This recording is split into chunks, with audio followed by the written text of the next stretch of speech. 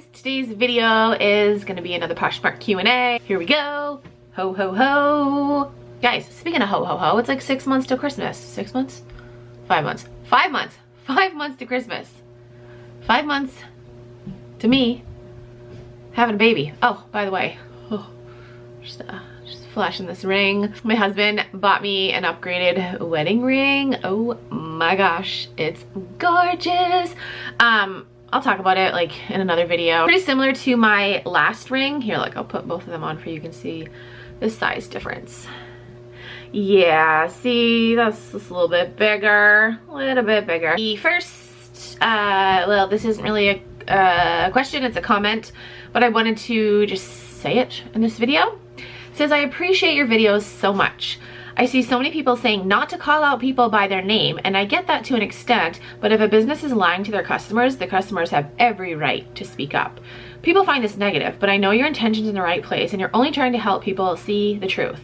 I don't know when it became okay to silence people. Keep speaking your truth because I'm here to support you. That comment really means a lot to me because, like you said, people see like my previous videos that I made, they'll be like, oh my gosh, she's so negative. She's such a negative person.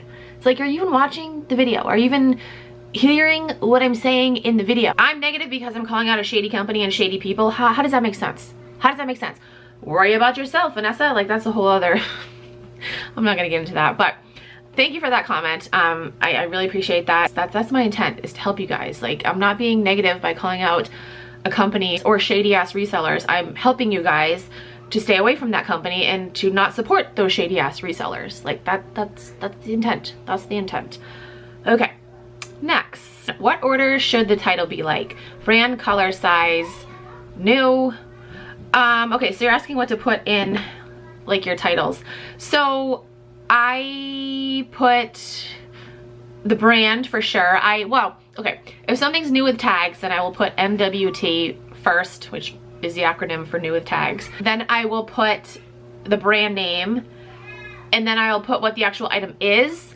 I don't put color and size. I don't think color needs to go in the title. Size, see, I don't know. I'm trying to like compare with eBay because I know people like try to put as many words as possible. I know eBay allows a lot more characters than Poshmark does, but yeah, I just put like whether it's new with tags, the brand name, the description of the item. I might start putting sizes, but I have noticed, you know, depending on the brand name, like especially if it's like Anthropologie or something like that, if it's like a super long brand name, I don't know, I might start putting sizes in the titles because I think that that's helpful. But as far as color goes, yeah, I don't know. I personally don't think that that's important, and I wouldn't put the color of an item in the title. Okay, next question. Love this video. Okay, so this was on one of my recent videos. I did a tour of our homeschool room, and this person says, I'm homeschooling my kids this coming year too. My daughter is 4 and my son is 2. So how are you gonna fit it in with reselling? I have so much trouble juggling everything. Girl, I don't know. I haven't figured it out yet. I mean, I'm gonna do both and still do YouTube as well. So yeah, that's a lot. By the way, I got so many comments from you guys, like on that video. You guys are so sweet. Just saying like how I inspire you and like you're in awe that I'm doing so many things, and that really means a lot to me. Like that's just, oh, you guys are awesome, like seriously. But yeah, I don't know. It's gonna be difficult, obviously. So basically I'm homeschooling our 3 youngest, 5, one's gonna be 4 and the other one's gonna be 2. And I have like literally a 6.5 hour day planned every day. I actually did some lesson planning this morning, and I planned out the whole month of September and the first week in October already, like what we're doing every day, which I want to get that done. I want to just do lesson planning. That's like, whew, that's super hard and stressful. If you're a teacher, hats off to you for lesson planning, because that's hard to do. Realistically, I don't think we're gonna have 6 hour or 6.5 hour days every day, because that's just a lot. Doing some research, a lot of experts have said, you know, obviously homeschooling times differ by age group, and a lot of experts have said for like kindergarten, preschool levels, it should only be like 1.5 hours a day. So even though I have super long days planned out, I don't think every day is gonna be a super long day. So I don't know, we'll see. But I am 100% committed to homeschooling, and their education is gonna come first before like obviously my kids come first before anything else, and 100% their education is gonna come first before Poshmark. Homeschooling is definitely my #1 priority right now, and then Poshmark and YouTube are just, you know, gonna happen when they happen. Okay, next question. Ooh, this is a long one. I have a Posh question. I love your videos and find them very helpful. Oh, I love hearing that, you guys. I love hearing that I'm able to help you guys out. I had a seller give me a 1-star rating over cleanliness on a pair of Nikes. I responded to him that if he thought I had misrepresented my item on my pictures and description, he could open a case and return it to me. He responded to me and openly admitted that he never bothered to look closely at the pictures. But couldn't open a case because 3 days had passed. I asked him to change his rating since it wasn't my fault he didn't bother to take the time to look at pictures.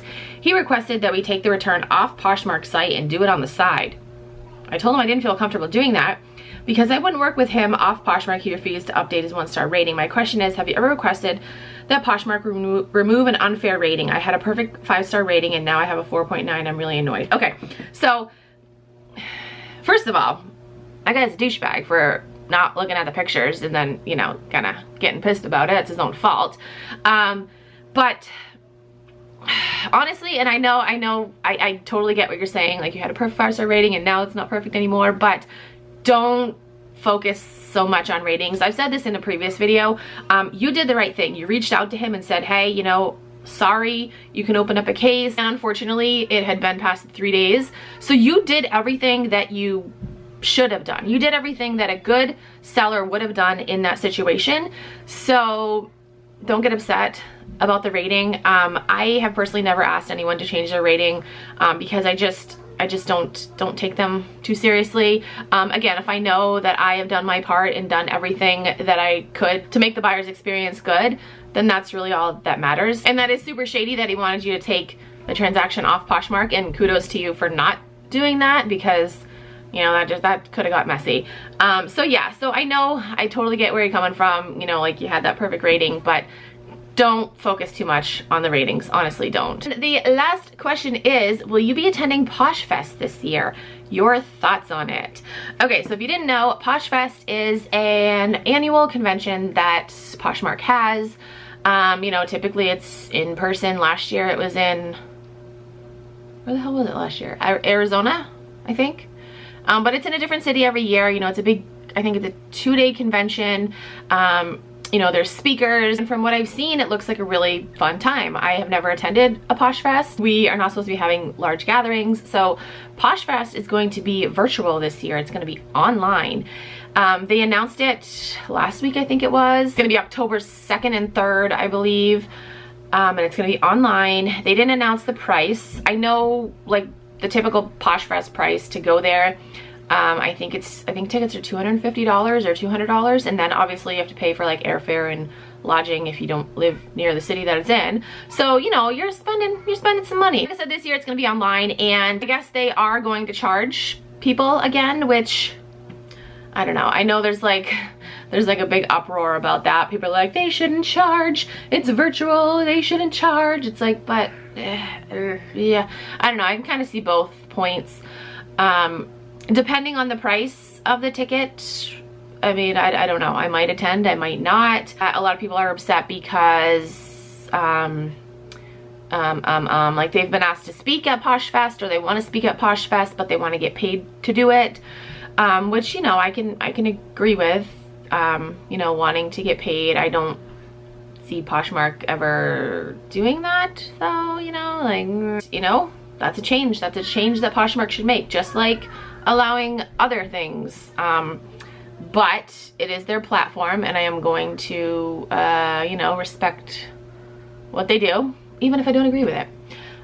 So yeah, so it really depends on the price of the ticket as to whether or not I am going to attend. I mean, I would probably only pay maybe like, I would say 20 bucks max. Like, I don't know, 20 bucks would be pushing it, I think, just to watch like a big Zoom conference. I don't know, until I know the price, I don't know if I'm gonna attend. So that is it for this video. I hope I answered your questions. If you have any other questions, you can comment down below, send me a DM on Instagram, or tweet me on Twitter. If you're new to Poshmark and you want to sign up, you can use my code. It is KeepinItRad. You get a $10 credit, and I also get a $10 credit, so thank you. But yeah, that's it for this video. Thank you guys so much for watching. I'll talk to you guys in my next video.